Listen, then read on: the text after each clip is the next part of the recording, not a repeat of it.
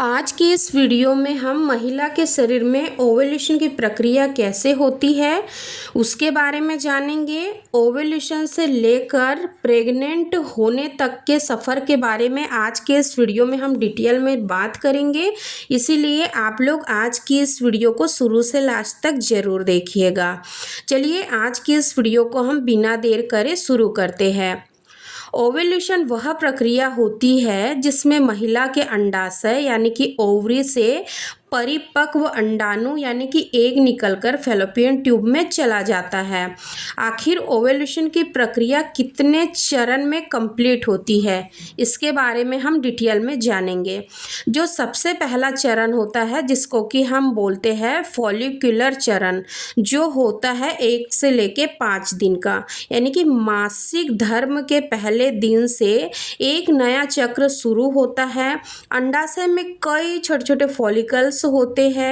FSH जिसका full form होता है फॉलिकल स्टिमुलेटिंग हार्मोन्स के प्रभाव से इसमें से कुछ फॉलिकल्स बढ़ने लगते हैं।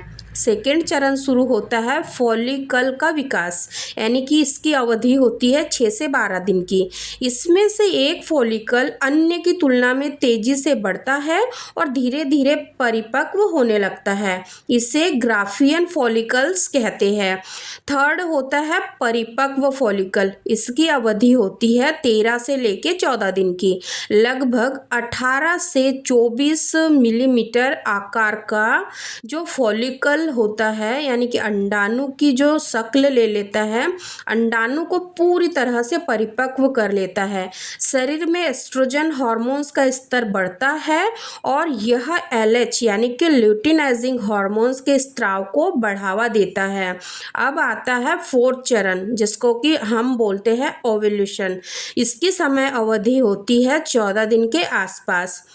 एलएच हार्मोन्स के अचानक से बढ़ने यानी कि इसका हल्का सा स्पाइक बढ़ता है, जिसके वजह से फॉलिकल की दीवार फट जाती है और परिपक्व अंडाणु बाहर निकलकर फैलोपियन ट्यूब में आ जाता है। और यही ओव्यूलेशन है, यानी कि जो अंडाणु है वो 12 से लेकर 24 घंटे तक यानी कि निषेचन के लिए उपलब्ध रहता है। अब इसके बाद में आता है कार्पस ल्यूटियम बनना, यानी कि इसकी जो समय अवधि होती है वो होती है 15 दिन से लेकर लगभग 28 दिन तक।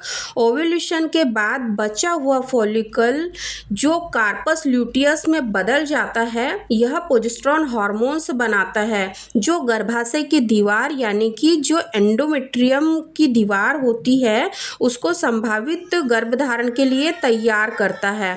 अब जो 6 पॉइंट है वो बहुत ही इम्पॉर्टेंट है। यदि निषेचन नहीं होता है, यानी कि इसकी जो समय अवधि होती है वो होती है 28 के बाद में। यदि अंडाणु या शुक्राणु से मिलन नहीं होता है तो जो कार्पस ल्यूटियम होती है वह सिकुड़ने लग जाती है और जो प्रोजेस्टेरोन और एस्ट्रोजन का स्तर होता है वह घट जाता है और गर्भाशय की जो परत है वह टूटकर मासिक धर्म के रूप में बाहर निकल जाती है। इसके साथ ही साथ यह जो चक्र होता है वह पूरा हो जाता है और जो नया चक्र है वह शुरू हो जाता है।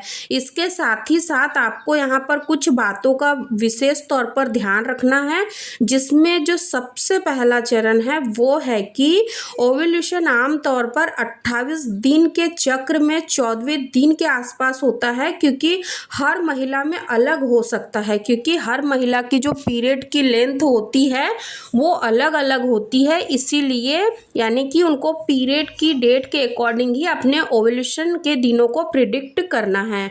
अब जो सेकेंड है जो कि महत्वपूर्ण है, ओव्यूलेशन के समय गर्भधारणा की संभावना सबसे अधिक होती है, यानी कि इसके अलावा अगर आप दूसरे दिन भी ट्राई करोगे तो प्रेगनेंसी के चांसेस कम रहेंगे, लेकिन जो ओव्यूलेशन का दिन होता है यानी कि जो 14 दिन के आसपास का जो टाइम पीरियड होता है वो सबसे ज़्यादा फर्टाइल होता है और इसी समय महिला को प्रेगनेंसी होती है, क्योंकि उसका शरीर माँ बनने के लिए तैयार होता है। तो मैं उम्मीद करती हूँ कि आप लोगों को आज की ये वीडियो ज़रूर पसंद आई होंगी। अगर वीडियो पसंद आई हो तो लाइक शेयर ज़रूर करें और अभी तक अगर आप लोगों ने हमारे चैनल को सब्सक्राइब नहीं किया है तो चैनल को भी ज़रूर सब्सक्राइब करें। धन्यवाद।